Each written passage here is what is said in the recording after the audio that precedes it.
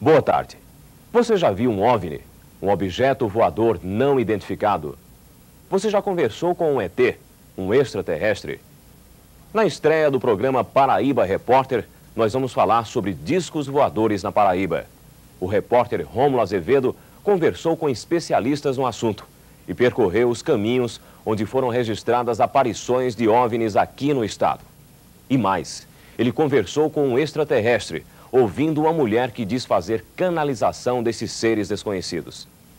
Será que os discos voadores e os extraterrestres já estão entre nós?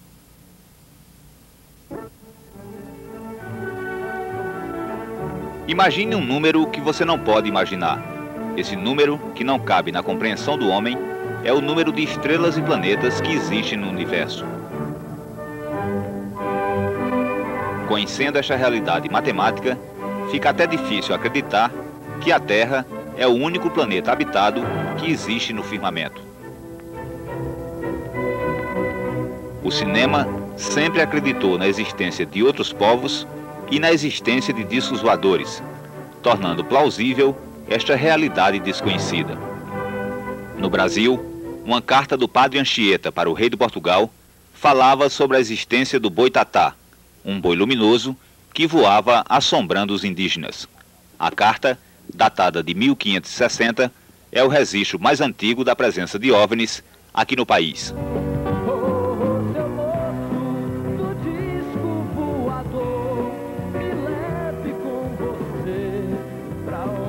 O mago Paulo Coelho, autor de livros famosos, já viu discos voadores.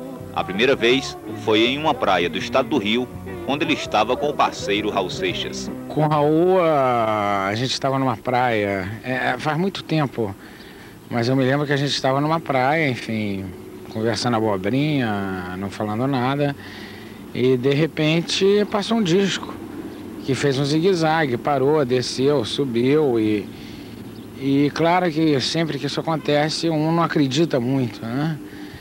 E aí eu perguntei se ele tinha visto a mesma coisa que eu, ele disse que sim, e ficamos tentando explicar na mesma hora o que tinha acontecido. Era o quê? Era uma bolinha, como se fosse uma pequena bolinha de gude, né? Se eu não me engano era redonda, já tem muito tempo, acho que está fazendo 20 anos. E foi isso que aconteceu, né? E você chegou a ver outra vez? Eu vi no deserto do Mojave, quando eu estava com a minha mulher. Eu vi em Araruama rapidinho, eu olhei para trás. Foi assim uma visão muito rápida. E eu vi no Mojave com a minha mulher, no deserto, que a gente olhou 3 pedras iguais, né? E estávamos ali, e disse, pô, que coincidência. E de repente as pedras levantaram bem devagarzinho, que não eram pedras, e começaram a andar. Mas assim foi muito devagar, muito devagar. Depois eu vim saber que ali, né, aparecem muitos discos. Assim como Paulo Coelho, muita gente já viu objetos voadores não identificados.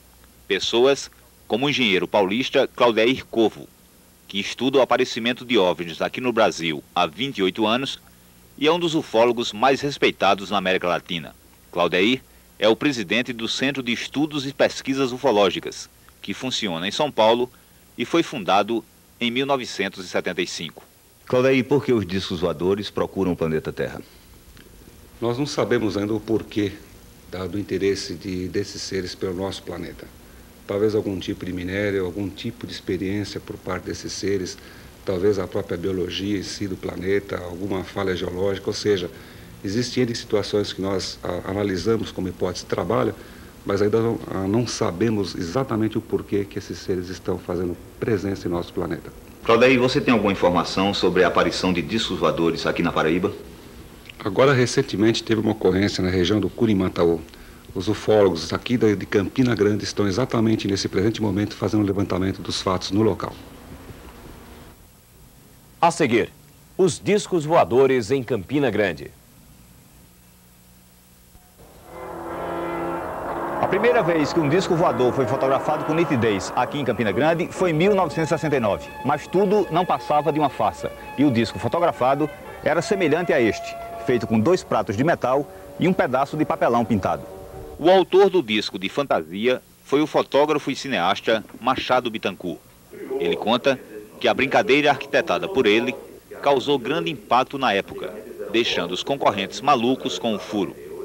Mas a notícia do disco, publicada na primeira página do jornal, foi desmentida no dia seguinte, com uma explicação aos leitores. Eu fui desafiado a produzir uma reportagem mostrando um disco em Campina Grande, mostrando um disco fazendo evoluções em Campina Grande, né? O desafio partiu do Frank Ribeiro, eu aceitei e produzi uma série de fotografias com a ajuda de 2 companheiros lá em Campina Grande. Fiz um disco na base de dois pratos de ágata, justapostos, né? No meio deles havia um papelão cortado como se fosse uma circunferência perfeita. Bom, pendurei esse disco com fio de nylon transparente e utilizei algumas técnicas que a fotografia permite, né? Pouca velocidade, um ligeiro desfoque. Coloquei o disco numa certa posição lá em Campina Grande. Eu trabalhei em frente à antiga boate do Campinense Clube. O disco ficou por cima de um bairro lá. Eu bati a foto, o Correio da Paraíba publicou, foi uma sensação, né? Mas no dia seguinte a gente desmentiu e eu mostrei como é que foi feito, né? De tal sorte que, tal como eu dissera naquela época e reafirmo agora, fazer fotos de disco voador não é coisa difícil.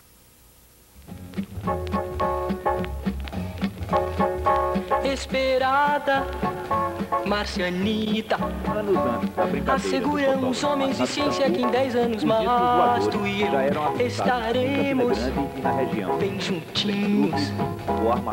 No dia 4 de agosto de 1961, o médico campinense Dr. Gilvan Barbosa viajava em uma rural como esta com o motorista e a esposa dele. Ele fazia uma viagem entre Natal e Fortaleza. No meio do caminho, entre as cidades de Angico e Açu, no Rio Grande do Norte, Dr. Gilvan Barbosa viu um disco voador parado ao lado da estrada. Na época, o médico e a mulher dele só contaram o avistamento para os familiares. O engenheiro químico Germano Barbosa, filho do Dr. Gilvan, lembra com exatidão o que o pai contou naquele dia. Ele contou que viu um disco voador viajando para Fortaleza. Às 14h30, o disco estava parado. Quando o carro passou, ele cruzou a frente do carro e acompanhou o carro na mesma altura, por uns 300 a 500 metros. Lá na frente tinha uma árvore, ele passou por cima da árvore e desapareceu por trás de uma serra. Algum tempo depois, ele conta que o pai voltou a avistar discos voadores. 3 vezes em Campina Grande e mais 2 vezes em Cabedelo.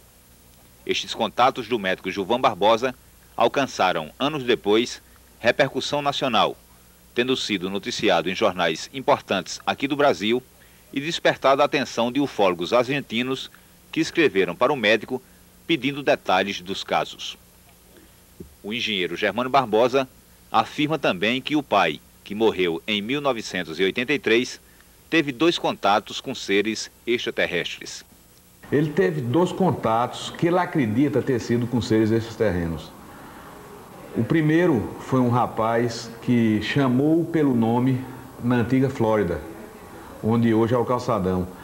Moreno alto, bonito, ele disse que tinha uma corrente estranha no pescoço. E começou a conversar com ele sobre o fenômeno que ele tinha visto. E, num determinado momento, esse rapaz disse que tinha que parar a conversa porque ia pegar o avião da Real com destino a São Paulo. Ele, quando veio para casa, passou pela Real e constatou que não havia avião naquele dia para Campina Grande. E o outro contato foi após um infarto que ele teve. Ele estava se recuperando em casa, chegou um senhor de barba, simpático, com uma garrafa, dizendo que era amigo daquele cidadão que tinha falado com ele e que tinha sabido em São Paulo que ele tinha tido um infarto e que tinha trazido aquele remédio para ele tomar. E ele tomasse um cálice antes do almoço, que ele não teria mais problema cardíaco daí para frente. Se despediu e sumiu também. E realmente ocorreu. Ele tomou o remédio e nunca mais teve problema cardíaco. Morreu de aneurisma aórtico abdominal. Hoje, o engenheiro Germano Barbosa segue os passos do pai nas pesquisas sobre discos voadores e extraterrestres, esperando um dia fazer algum contato com esses seres misteriosos.